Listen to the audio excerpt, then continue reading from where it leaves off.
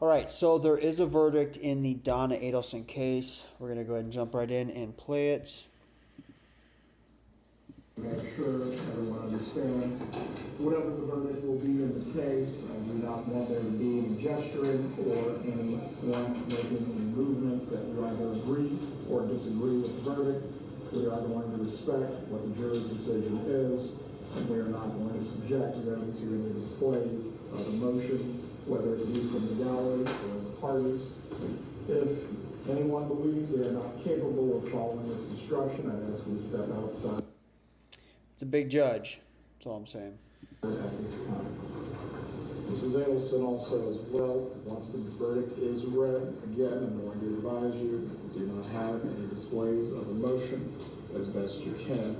You are to control yourself. Do you understand?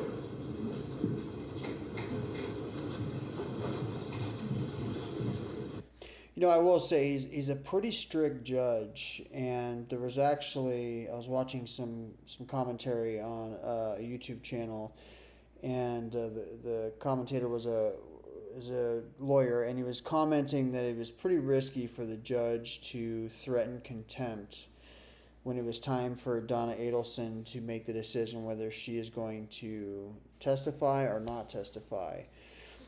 You know, that just could be a pretty big appeal issue, and he's just talk about a no-nonsense judge.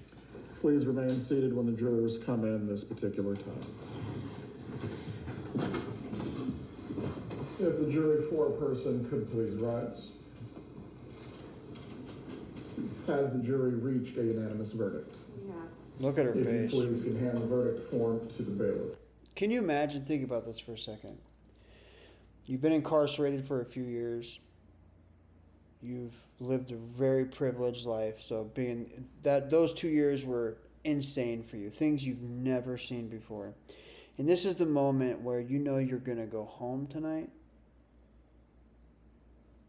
or you're going to now walk back and go to that environment that you've been living in.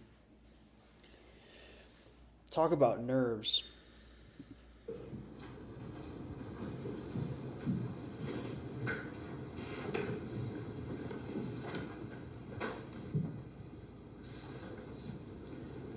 Having reviewed the verdict form, it is in its proper order.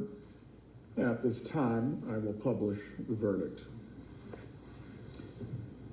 We, the jury, find as follows as to count one of the indictment, first-degree murder.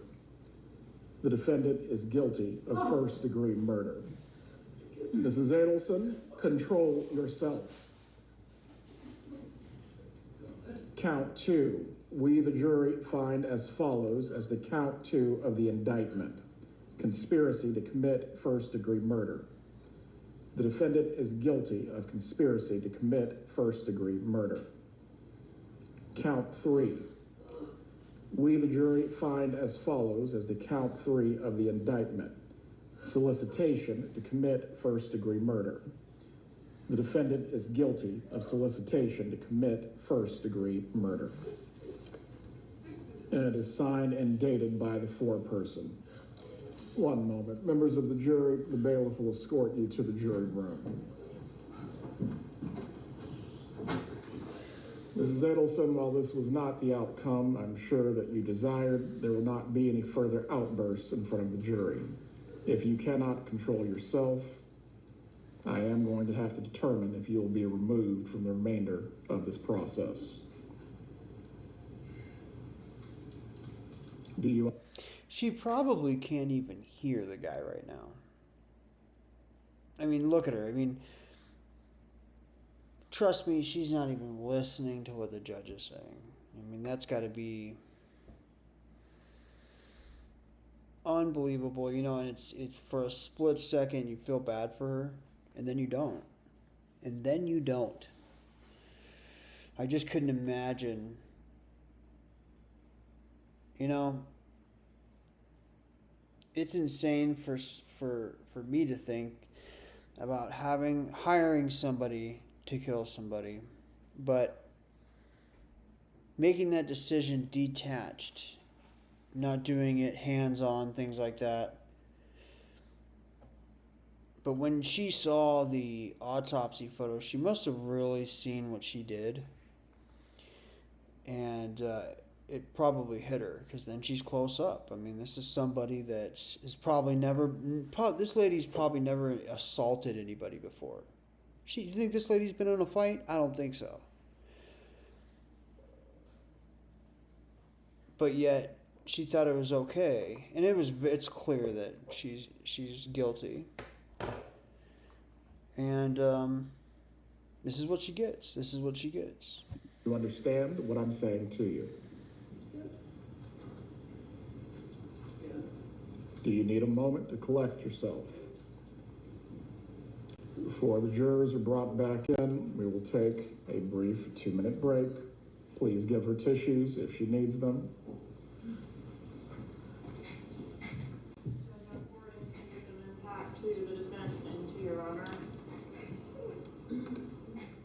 When the jurors are brought back into the room, does the defense wish to have the jurors polled before they are discharged? Yes, Your Honor. Very well. You know what's interesting is they don't always poll the jury. That's what I'm about to say. Actually, is for the first time in these cases, I always see the defense say, "Yeah, we want the jury's polled." I just watched a case where they didn't ask to do that. Maybe they just where they poll each individual juror and make sure this was your verdict and still is your verdict.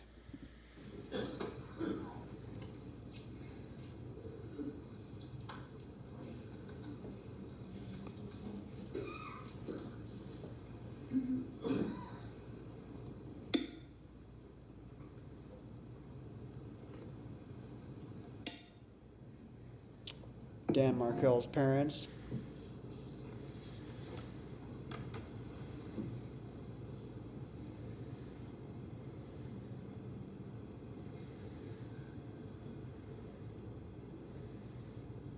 Fast forward a little bit right here.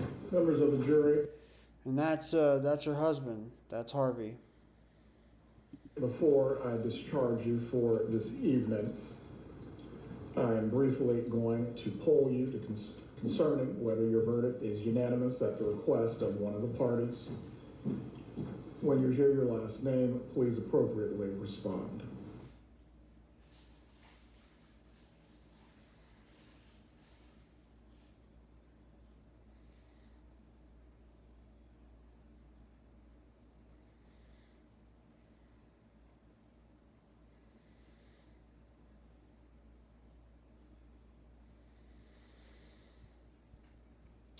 I think they mute this for them to say, maybe having the jurors speak, I'm not sure. But here is some of the victim impact statements, and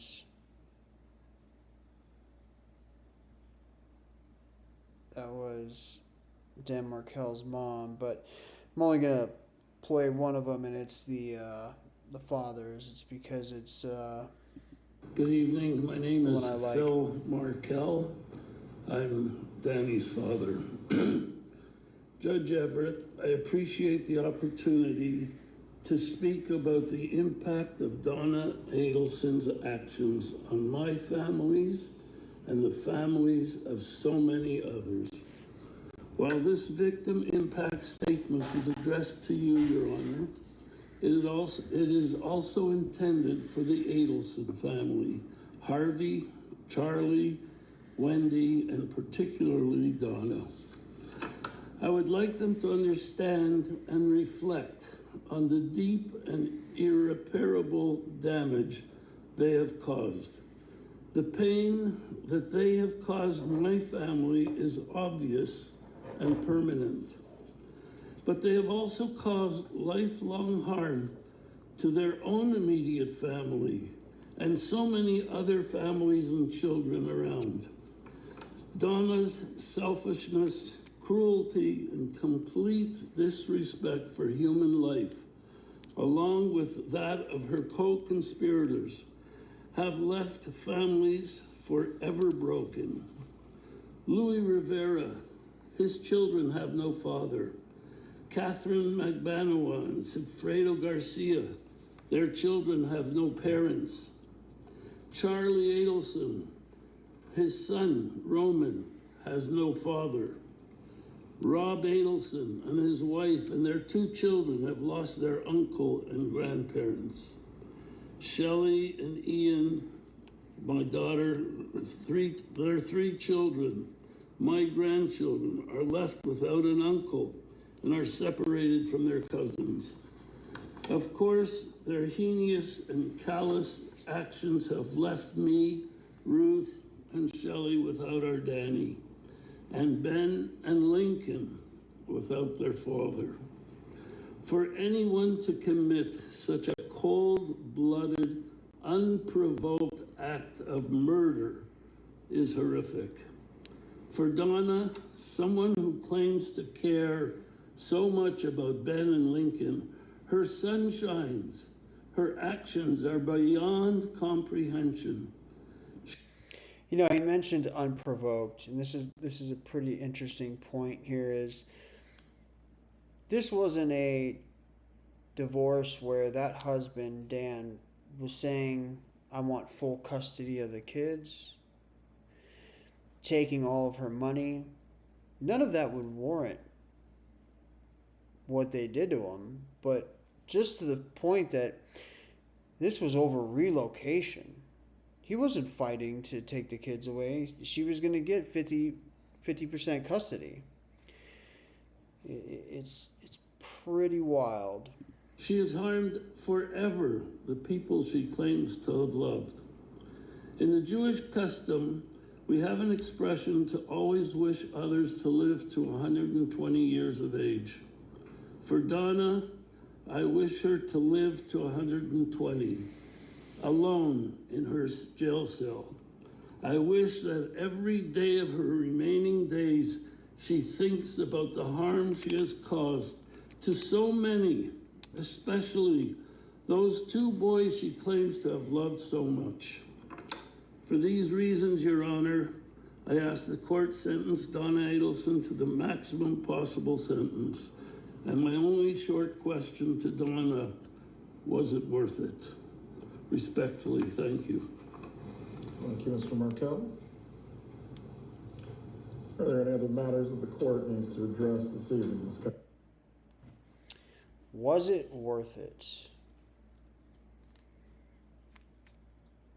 I guarantee you she's saying no, it wasn't. It wasn't worth it. You know, he mentioned all those people who have been affected, and it's a very deep way of thinking about it. I mean, the hitman had kids, and this involved a lot of people. A lot of people are affected by it, and you make very, very horrible decisions. You go to very horrible places, and that's where she's going. And at her age, even if, let's say she got an appeal only means that you get another trial. I mean, she's around 75 years old. I mean, this is it for her. This is the rest of her life. All right, that's all I got for tonight. See you on the next one.